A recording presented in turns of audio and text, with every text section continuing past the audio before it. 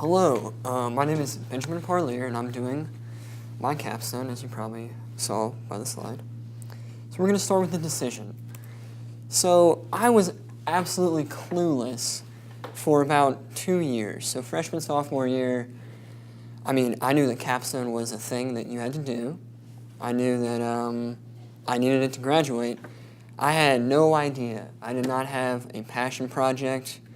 You know, some people just know what they're going to do and they just do it. No idea. I was completely clueless.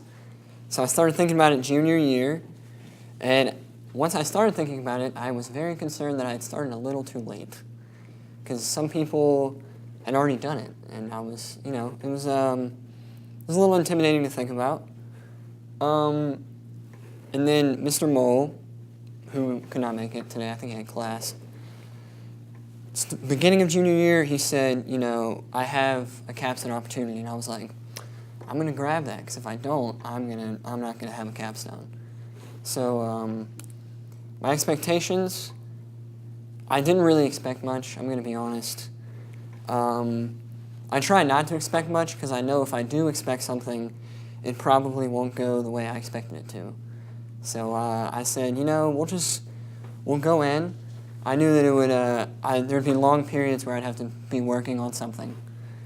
And I knew that it would probably be hard work, and I'd have to work my butt off, and I did. And then the perception of other people's capstones was a little intimidating, because there are some people who just change the world with their capstones, and my capstone was, I did not change the world. That just didn't happen. But some people are like, I'm going to build a hospital, and I'm like, I can't do that. So I'm just going to organize some stuff.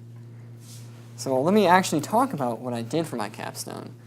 So I got all the band equipment, which is instruments, uniform, all the marching uniforms that we have, and really anything else besides music, because Joseph Toro did his capstone on the music. So I inventoried it, and then after you inventory it, you barcode it.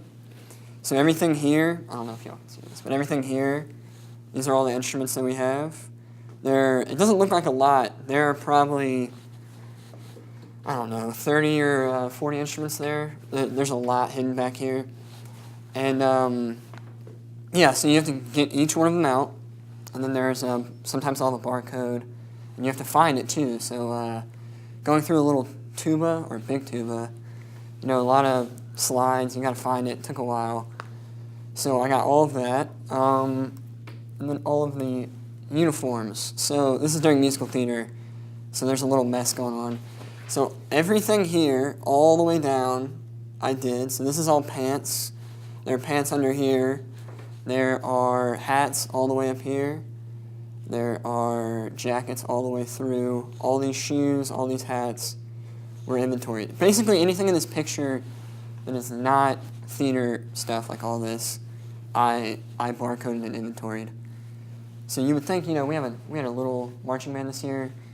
We have enough for, I'd say 100 or 200 people to be in the marching band. Like there's a lot of uniform up there.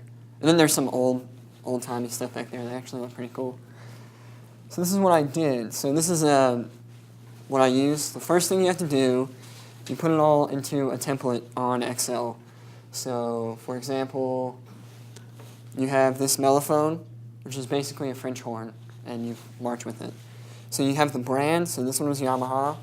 The model number, so you find the model number on there, you put it in. Serial number, how many there were. Most of them were 1, which was really easy. And then their condition. And then any accessory it came with would go right here.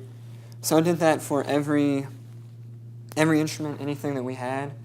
We got new stands, new chairs this year. Put all those in there. And this amount right here probably took me, 7 or 8 hours just to do about 30 of them. Because you have to find them, you got to take them out, and then you got to barcode them. So you got to go back and find this exact model number, because there are a couple of them, and then slap a barcode on there. So after you did that, because that's not it, we had to put it into this, which is called Asset Tiger. So it's an online, basically inventory.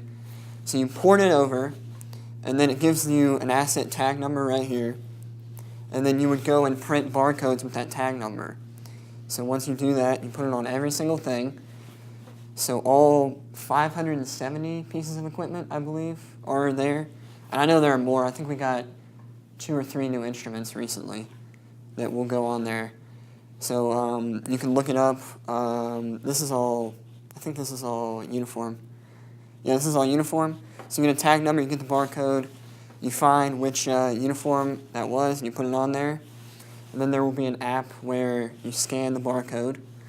And it's basically to keep track of instruments. So if a middle schooler checks out an instrument, if a middle schooler breaks an instrument, you scan it and you make sure that everything is on there. So let's say I took my instrument home, I would find it with the barcode on there. I would get my asset tag, Mr. Mulwood, the app out, scan it, and check it out. And then on here, it would say that it is checked out. So you would know where all the equipment is. Because including music, because this includes the music that Mr. Toro put on there, I think it was $40,000 worth of equipment, all of it. So when you have a $5,000 instrument with a middle schooler taking it home, you want to know where that is. You do not want to, I mean, if it needs repairs, you need to know where it is at all times, especially with the band room, because sometimes during, Mr. Mull's been locking the door, but in the past, it's just been open. So, I mean, I would never, but if I wanted to, hypothetically, you could just go and take an instrument and sell it, and nobody would know it was gone. But now, we know where it is, which is very nice. So, learning. At the beginning of the year, I've done a lot this year I did not expect to do. I did not think I would do musical theater. I did, and that is a time consumer. So it was very sobering to realize, I was going to, after marching season, I was going to work on my capstone a lot, which I did. And then I was like, well, I'm doing musical theater now. What am I going to do? And I just trust, you got to trust God. And he led me through it, and I got it done, which was very nice. Because I was very worried when I started that I would not have enough time, even before I knew that I was going to do musical theater. And then patience. Going through all that equipment, sometimes 5 or 6 hours at a time, it is mind-numbing, and it is very boring at times. So learning to be patient, and then at the same time, learning to work hard. It was a struggle at the start, but maybe 2 hours in, I'd be like, I don't know if I want to keep going, and I'd stay motivated, and I'd keep going through all that equipment.